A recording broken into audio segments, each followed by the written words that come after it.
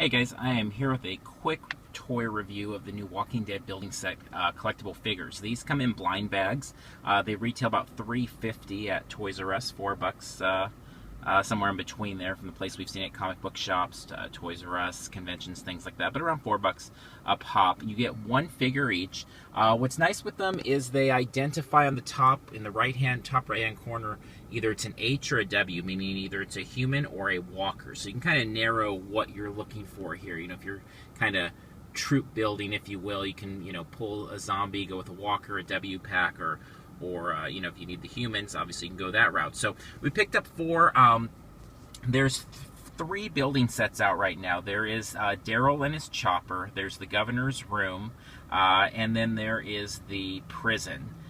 And they look really cool. We first heard about these at San Diego Comic-Con. We actually went to the press conference where Todd McFarlane at the Image booth, talked about it and kind of taking on Lego and trying to provide something that could be a buildable toy, but that doesn't look like a buildable toy. That actually looks like something real, and or something more authentic, I should say. And so this is what we picked up so far. We've got Michonne here.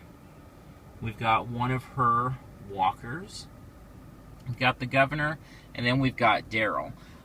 You can see Daryl is missing the arm, which kind of hits at my main problem with the toys at this point is just kind of quality control. So he showed up without an arm, and so that's an issue. That can happen with anything. It's not the rarest thing in the world. It happens time to time.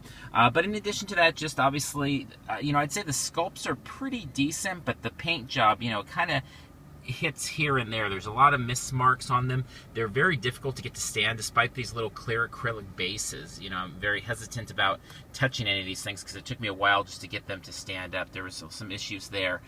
So I could see my hesitation in getting the prison, because that's the set that I kind of lean towards picking up, is the big prison. It's about $70, good price, 600 and some pieces.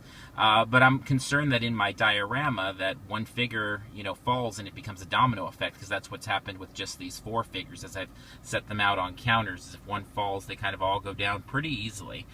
So, I don't know. They're fun. They're neat. It's cool that they're buildable. I mean, you can kind of see how they plug in there with Daryl and his arm missing, and they just kind of pull apart, and it's very Lego-esque in, just easy snap-on pieces, but not at all Lego-esque in terms of how they look. I mean, these look like, nice quality, they remind me of the types of figures I would have with train sets, the old HO sets back in the day. So fun figures there.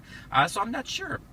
I know the next one they've shown some prototype photos is the boiler room with Rick, and it even comes with the phone and stuff. So I don't know. I'm on the fence of where I'm going to go with these, but definitely I think a good direction to go with these items is to pick up some of the blind bags, because you can do that for a really cheap price. Like I said, $4. Check it out, see what you think, and then kind of move from there.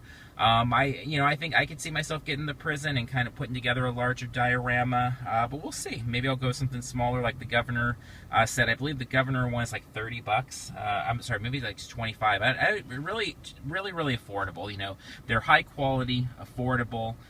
In terms of their look, it's just a matter of getting them to stand, and some of the paint apps, you might have to turn them one way or the other to kind of have it looking the way. Obviously, unlike some action figures, you can't pull these out and check out the paint apps ahead of time, so you're kind of left with what it is there. So anyway, some fun toys. Could be a bright future for what McFarlane's doing in this building area. He said he has some big plans for the future, and seeing what McFarlane has done with toys in the past, he's nothing if not ambitious, so I wouldn't be surprised if we see some cool stuff in the years to come. So definitely something to keep your eye on.